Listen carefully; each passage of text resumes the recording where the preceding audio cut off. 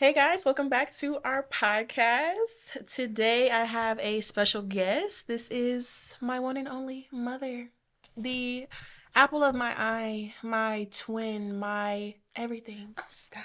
You give me life. No, but seriously, this is my prayer partner. This is my covering, my protection, my backbone when I need strength. And in today's topic, I'm gonna need a lot of strength to endure. So, without further ado, I introduce to you guys Miss Sunday Rex. Well, thank you. Hello, everyone, and welcome back. So, yes, I am all of those things that she said. Thank you. That was a nice intro. But yes, this topic it is going to be good. Yes, it is. Especially with me witnessing your own journey and helping you navigate through that Yes. journey. This is something that's going to bless a lot of people out there. Yes. So, I'm pretty sure you guys are wondering, what are you about to talk about? We're going to get into dating and more specifically dating as a believer. What does that look like? What does it entail? And what are some of the shenanigans that you can avoid if we are obedient to the voice of God and his instructions? So let's get into it. Me being the young, beautiful woman that I am, there are a lot of suitors, a lot of people who are interested in dating me, pursuing me, and there's nothing wrong in that. However, I think something that is very important is understanding if you are equally or unequally yoked with said individual. Right. What do I mean by that? Not all of us are going to be perfect. Not all of us are going to have all the criteria and all the check boxes and stuff marked off. But are we striving for the same thing? As a believer, are both of our eyes on the cross and not Right. on things of this world and fleshly desires and everything else that could potentially distort and damage the potential of that could be waiting in that encounter? So, of course, my mother is married. However, she was once single, and I'm pretty sure you've had, some interesting encounters, Man, you look, know. So yes. give us a little spill on how that is, in your personal, How that was? how that was. Yes, Oh, exactly. okay. Yes, Okay. yes, yes. Well, I mean, how that was. That was we're talking about in the 90s, pretty much the same way that people describe it now, you young people. Ghetto. It was ghetto then.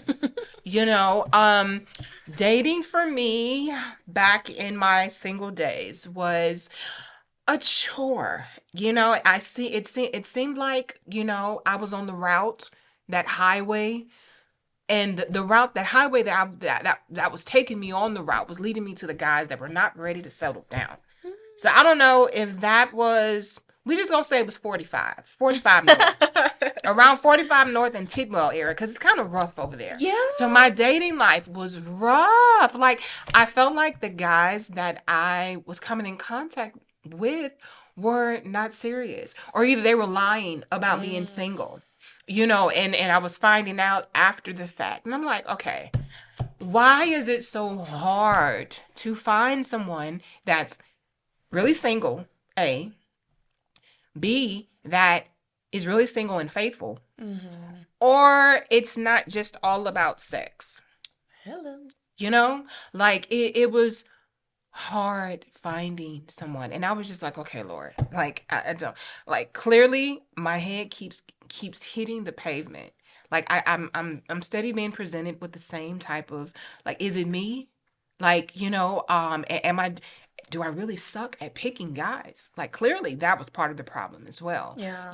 Or it could have been intentional because I already dealt with rejection in my life, even from my own home. So it could have been intentional as far as Satan, like, well, let's just keep this wound of rejection open. Let's Yeah. just keep you in the same mindset. Oh, you're not enough, or you're not attractive enough. So maybe this is why you're getting cheated on, or maybe, just you, like, now in the moment, of course I wasn't there. My Yeah. mindset wasn't there. Like, oh, well, this is intentional. No, I just wanted to be loved, Yeah. so that is what it was like for me dating. And it was, I felt hopeless.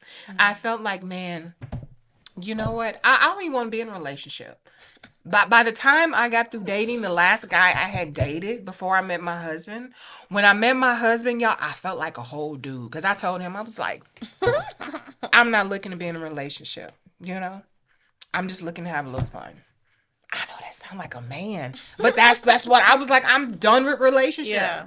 I want to say another word, but I'm saved now, so I was Right, acting like right. a man. But y'all know what I'm trying to say. But yeah, and I told him I was like, I'm not looking for this, but we can date, we can have fun, Yeah. whatever. But 26 years now later, we're still together. We still go Period. together. We still go together. But yeah, that's what it was like. But going into it, I called myself protecting my heart. And I was like, I don't want a relationship when that was the furthest thing I did.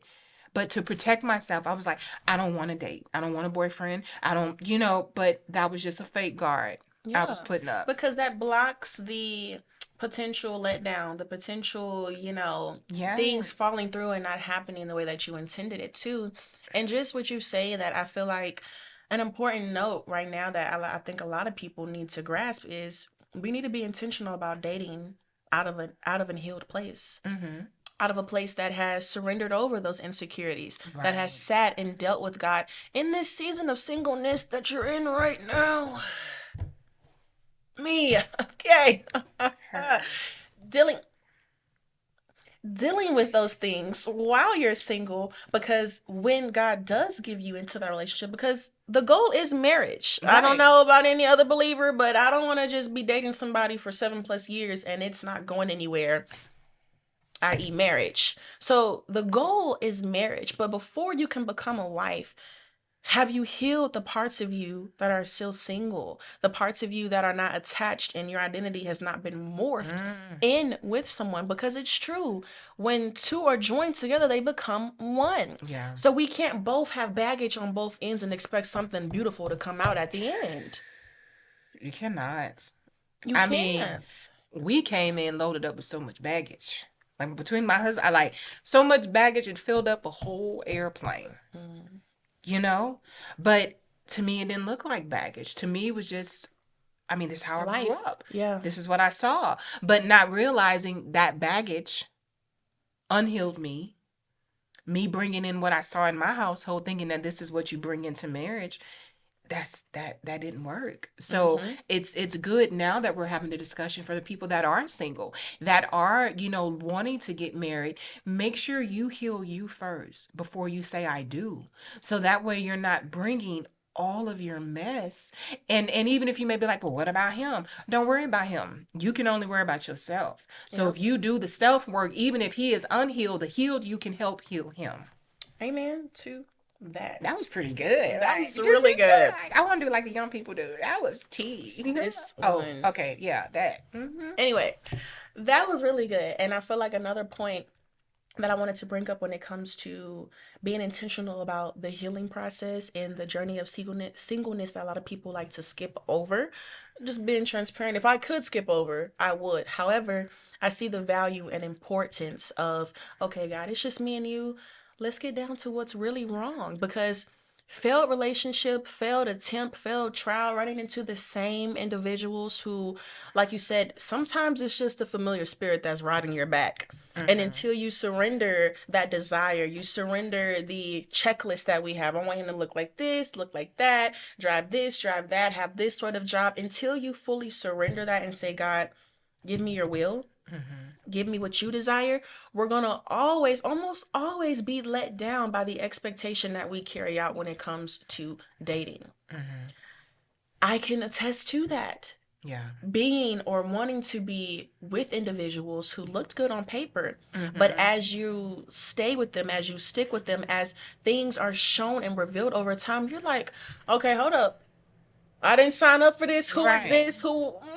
Right. What are you morphing into? But that's because over time people do show them true selves. The representative, it slowly starts to, and we've all been there, the talking stage where you talking all cute on the phone, hey, how you doing? Like, we've been there. Right. But when it comes down to the actual, okay, problems are arising. Mm-hmm. How do we handle conflict? Alone, and then better yet, together. Are Right. we knucking and bucking each other, or are we actively warring against the spirits who are trying to cause turmoil in our relationship? Mm-hmm. Being able to walk into it with a mature and as much wisdom and knowledge as possible about yourself. What are your tricks? I mean, what are your triggers? What are the things that make you feel uncomfortable? What are things that you have still yet to address because you figured if I just pass over it, it'll heal itself? Right. I feel like God has shown me in this season of singleness, like, yes, marriage is on your life. Relax, calm down. But before we get there, I need you to do the preliminary work to make sure your marriage lasts, to make sure it is Mm-hmm. sustained. And one of the things he's taught me is boundaries. So, Mm-hmm. what were some boundaries that once you and dad obviously did decide to take things seriously, what are some boundaries that you had, that you held on to, that you feel like protected you in that process? Well, honestly, I feel like initially I really didn't have boundaries set. That's Like real. I didn't have like I was like, what is boundaries? Yeah. Because it's like we get into an argument, we both yell into the top of our lungs. That was normal for me. So I wasn't like, oh, don't yell at me, please. That makes me uncomfortable. No. I was like, okay, well, we both can see how strong our lungs are. So I really didn't have, I mean, not saying I didn't have boundaries, like I was just like, you can run in these streets and sleep around. No, let me retract that. I did have those Of course, boundaries, of of course. course. That's natural. But as far as me now, the boundaries I have now, you will not talk to me any kind of way. I will not match your tone, but we're going to respect each other. So I do Yeah. have boundaries. Do not yell at me. If I'm not yelling at you, respect that. Boundaries now is I walk away when I feel like I'm being provoked, or if I feel like a provoking spirit is hitting me, and now I want to lash out to you and make you upset, I walk away. So Yeah. now these are boundaries that I have, that I won't allow you to provoke me, and I won't provoke you. But prior to God rinsing me, oh, it could be a WWE match there all day, all like Yeah. if you want it, you can get it. You Yeah. know what I'm saying? Because that's my mama was like a no limit soldier. We gonna fight. You know what I'm saying? Like, and that's just real. I mean, yes, it sounds ugly. Yes, it sounds rough, but But that's real life. that's real life. Yeah. So initially, boundaries were far and few. Yeah. Now we have boundaries. I'm so glad there is a dynamic and contrast as far as married, well off into over 2 decades as far Mm-hmm. as marriage, and then singleness, still early 20s. Boundaries for me look a little different. Everything that you just spoke on, clock the T. However, when we're in the stage of courting someone, getting to know someone, typically, hopefully, those sort of interactions are not in the very beginning of the relationship. Mm-hmm. Things that God have he has dealt with me on so many levels Yeah. is sexual temptation, Mm-hmm. holding on to the boundaries that I set in my singleness and standing firm in that, Mm-hmm. making sure I'm not making an idol out of any man, because That part. before that man, I have been given to God. Mm. I am his, I belong to his. And so everything that I built with God in my season of singleness, it has to translate over into that relationship. Mm-hmm. And I've seen him tear relationships right down to the foundation. And will. The moment I begin to make an idol, the moment I begin to waver and, oh, okay, this boundary it's not that much of a slip. A slippery slope has the same result. You're going to end up falling into Right. temptation if you do not hold on to those boundaries. So, for my young brothers and sisters out there, yes, having the desire to have sex, to be intimate with someone that you are getting to know and love, and these emotions are natural. However, we're called to be obedient to Christ and the standard that he has placed on our lives above all else. This flesh does not care what you do on this earth. Mm-mm. If you were to die right now, the flesh said, okay, well, I lived my best life. YOLO. YOLO. You know? But the spirit wants you to endure and wants you to build up a spirit of perseverance, battling through these emotions and holding on to God's truth and not wavering in emotions. We've spoken on this numerous of times, not being so easily swayed by emotions. Yes, he's fine and attractive, but not that much to go to hell. At that part. You know, That like I part. will open the door for you and send you on your way if I feel like you're getting in the way of me and God's relationship. And even if you don't open the door, God will open it for you. Oh, yes. And kick him right downstairs. Busted wide open. You know? Get out of here. You know? And allow us to go through a season to where, okay, let's go back to square one. Because clearly when I've given you a glimpse of what you could have, you playing in my face. You showing me that when I do extend the rope, you going willy-nilly and you doing whatever you want to do. You done pushed him in a corner and you done brought the man to the front. Right. And God says, I will have no gods before me. There will be no idols seated on my throne other than me, my Holy Spirit, and my son, Jesus Christ. That is the only things that can share the throne of God in our hearts, in our lives. And so being privy and aware of that, okay, God, look, right now I'm feeling some type of way. I'm feeling like a dog in heat, and I need your strength to hold me over because my flesh wants to give way. Right. My flesh is like, girl, you're touch deprived. You need some love and affection. But the Spirit of God says, those who wait on me, the wait will not be in vain. Right. Those who wait on me, surely they will have something promising at the end of this wait. God's not calling you to wait just because he got time and he's like, okay, well, let me see how long she's willing to wait. Or he's trying to punish you. Or he's trying to punish you and make this seem like it's such a battle to get to that. He's bringing this up now, idolizing marriage, idolizing relationships.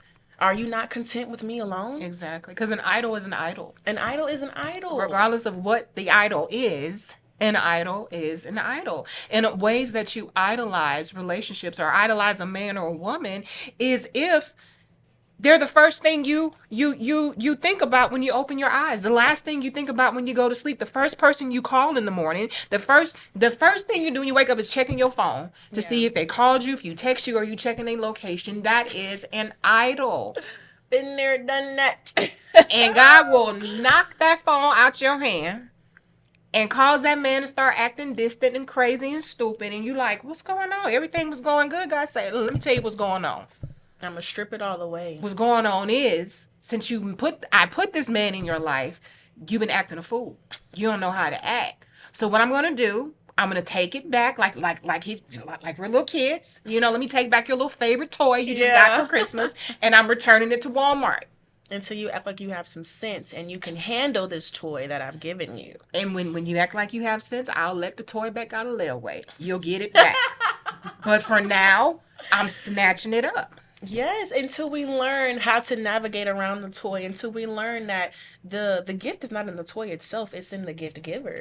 It's in the one who delivered that promise to you and making sure that he stays seated in that position. I don't want to ever get to a point again, being fully transparent again, to where I put a man before God, to where I am, did babe text me yet? And I haven't cracked open my Bible.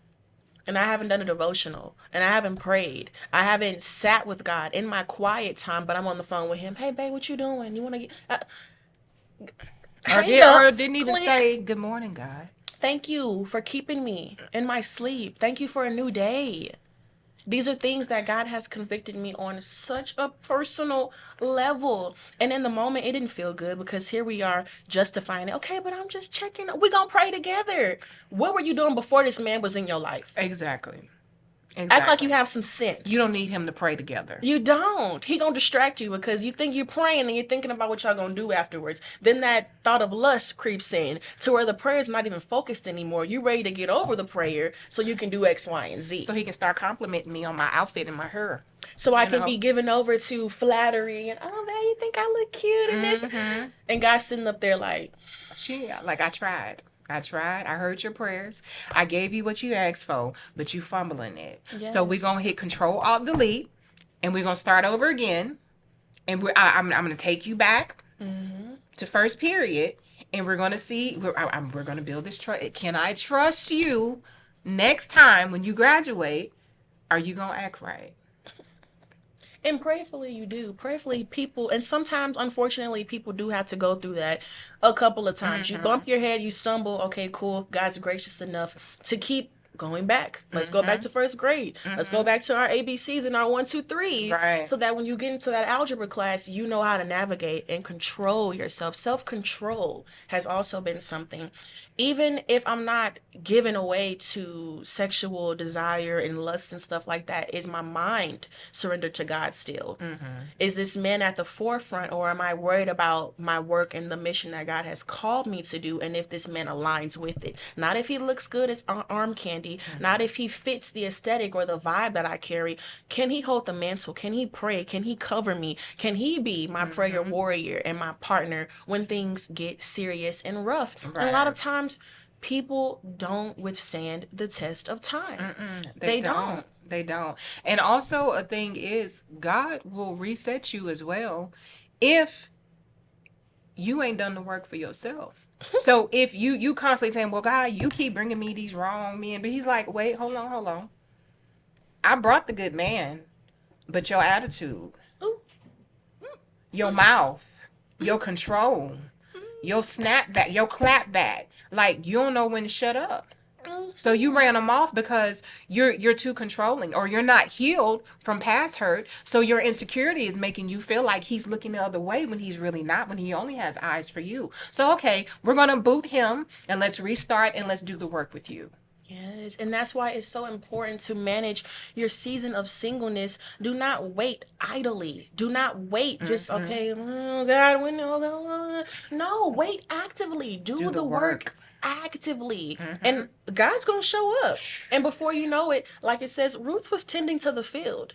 She was doing what she needed to be doing in that moment, and Boaz found her while she was doing the work that God had her doing. Yeah. So that lets me know I don't need to look, I don't need to glance, I don't need to do anything else but what God called me to do. And in that, if he's the man you have for me, he gonna pick it up. He gonna pick up pace. He gonna be able to match what God has me doing because it's already in alignment. But people miss that. They sitting in the field looking at all the corn, like, who gonna pick this corn? Who gonna shuck these? Who gonna pick them grapes off that vine? And God's saying, this is the field I've put you in. Why are you not doing the work so that when I do elevate you, when I do bring you over, you'll be ready. You'll have the resources. Right. And I feel like the Holy Spirit is bringing this to me now for a reason. For the people that are single and are dating, don't be so desperate just to snatch up anything. If you find somebody that you know, you've noticed now, you're starting to backtrack. You notice now that the motivation you had is now gone. You may have stopped smoking weed, but now since your new boo smokes, you firing it up with him every night. That is intentional distraction, delay, procrastination, like stagnation. You name it, that's what it is. So don't be so blind and desperate for companionship that you're willing to throw your ethics and your morals and your spiritual beliefs out of the window. I don't know why I'm so hot. Can you leave some of my edges? I'm so hot when I said that. I know, but listen, it's real life dating stuff. Yes. Like, don't just be like, okay, well, no, it's okay. It's okay. Like, I won't be tempted. No, you will be tempted. Yes. Or if you're practicing abstinence, but here come Joseph, that's rubbing on your booty. Yeah. Every time he see you, that's temptation. Conditioning you. That's temptation. And it's pushing boundaries. And I feel like that's also a major point too. People will test your boundaries. You go in a relationship or you go into a talking stage saying this is what it is and this is what it ain't gonna be.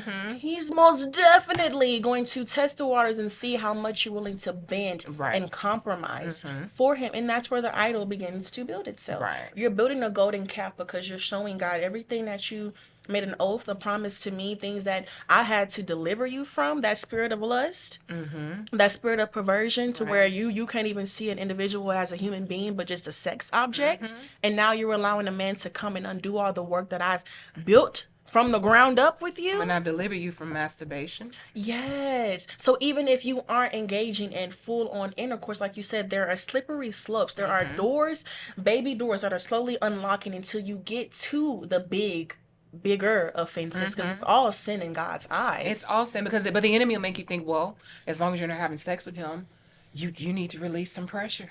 It's okay, girl. I mean, that's better than intercourse.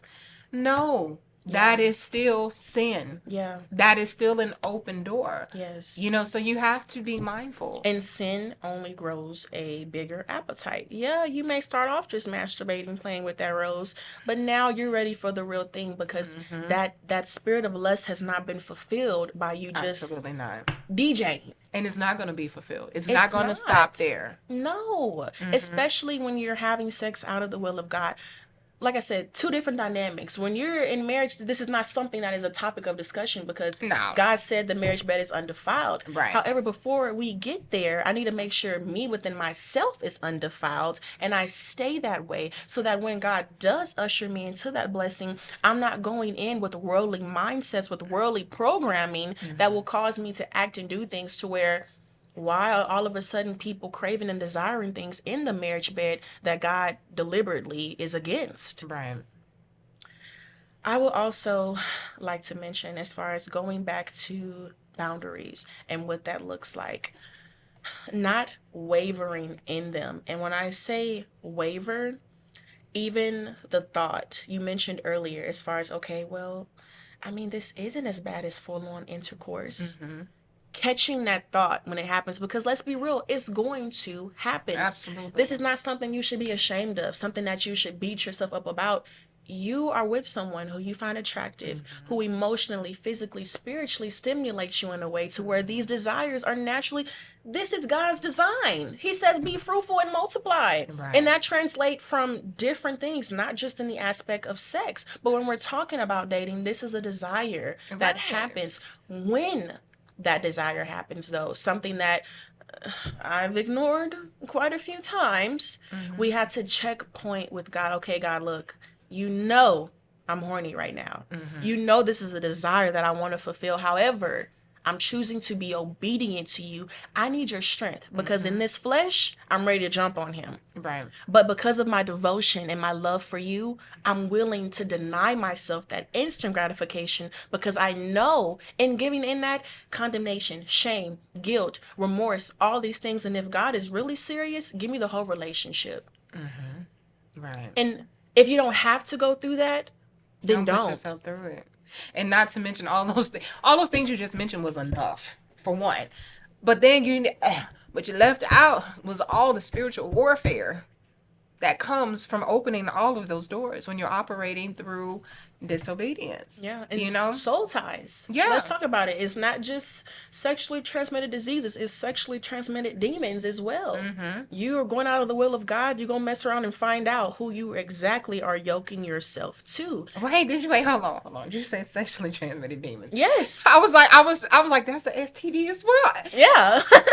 My brain, it took a minute for it to process. I'm like, hold on. I like that. That's new. Never heard that. But it's so true. You're tying yourself to this individual and now it's a tunnel. Whatever depression they got, let me send it over to Angel. Whatever perverted and unnatural thoughts they carrying, now I'm thinking about things that I wasn't thinking about because now before. you're yoked. You become one. Illegally, because God I was has about to not. say illegally. Yes. It's not legally because you're not married. This is not a holy union. So, like you said, now you're an open portal. Yeah. For everything to run through you, that's running like a revolving door. Yeah. So now you battling things that you've never even had before, and vice versa. Things you battle now they're struggling with and not even understanding why. Now they're dealing with depression when they've never dealt with it a day in their lives. Yep. It's because it's something that you're struggling with. Which is why circling back to doing what you need to do in your season of singleness, taking the time to heal, taking the time to shed, to be molded, to honestly become an entire new being. I don't want to be the same Angel I was a year ago. I don't want to be the same Angel I am today 6 months from now. Right. We should always be striving for change and more importantly change in God and what he wants to create us to be, because honestly, once I got to a point of true truth within myself, I was not ready when I thought I was, when I figured I was. You wasn't. I agree. I mean, I'm your mama. I can say that because I know. I was just like, well, yeah, of it's course. more work to be done, you know. But the thing is, his work is never done in us. Even with me, there's still work for me to do at my big age, you know. So I mean, him molding us, sculpting us, renewing us, giving us more wisdom. Yeah. It's going to be an ongoing thing until he calls us home. Yeah. So we should never be in a mindset where I'm good. You know, I got it all together, have it all figured out. If it ain't broke, don't fix it. No. Right. No. Because there's always something It's always to be something broke. undone, something to be uncovered, something that needs to be addressed and changed. And the quicker we get to that, speaking to once again my single brothers and sisters, once we get an understanding and a true revelation of the blessing that is found in singleness, we're gonna wish once God does give you into that marriage and into that union, you're gonna be like, dang, this is a whole nother universe, a whole nother dimension, and you're going to miss that intimate time that you had with God, that you spent worrying about, checking on ex's pages, checking this, checking that, wondering when the timeline of God is going to match your desire. But God is saying, surrender your dating life to me and allow me to do a work in you that will prepare you for your heart's desires, and it will last. Right. Thank you. That's good. I know this is a whole mouthful. Like, I feel like there's so much we didn't is. touch. We may have to circle back around because Yeah. there's still more that needs to be touched on, especially for the single people. Yeah. Just doing the self work. Like, that's the major thing. Because the last thing you want to do is hop into a marriage and you're divorcing a year later because you are not healed, because you chose to overlook those generational curses, because you thought that, well, I mean, it's running my family, so hey, it is what it is. Yeah. If it ain't broke, don't fix it. No, it needs fixing. So yeah, we may need to circle back around for a part 2. Yeah. So y'all be on the lookout for part 2. But this will conclude today's episode. So we hope you guys enjoyed and got something that you can take away and apply to your dating life. I see you. I'm with you. I'm standing with you.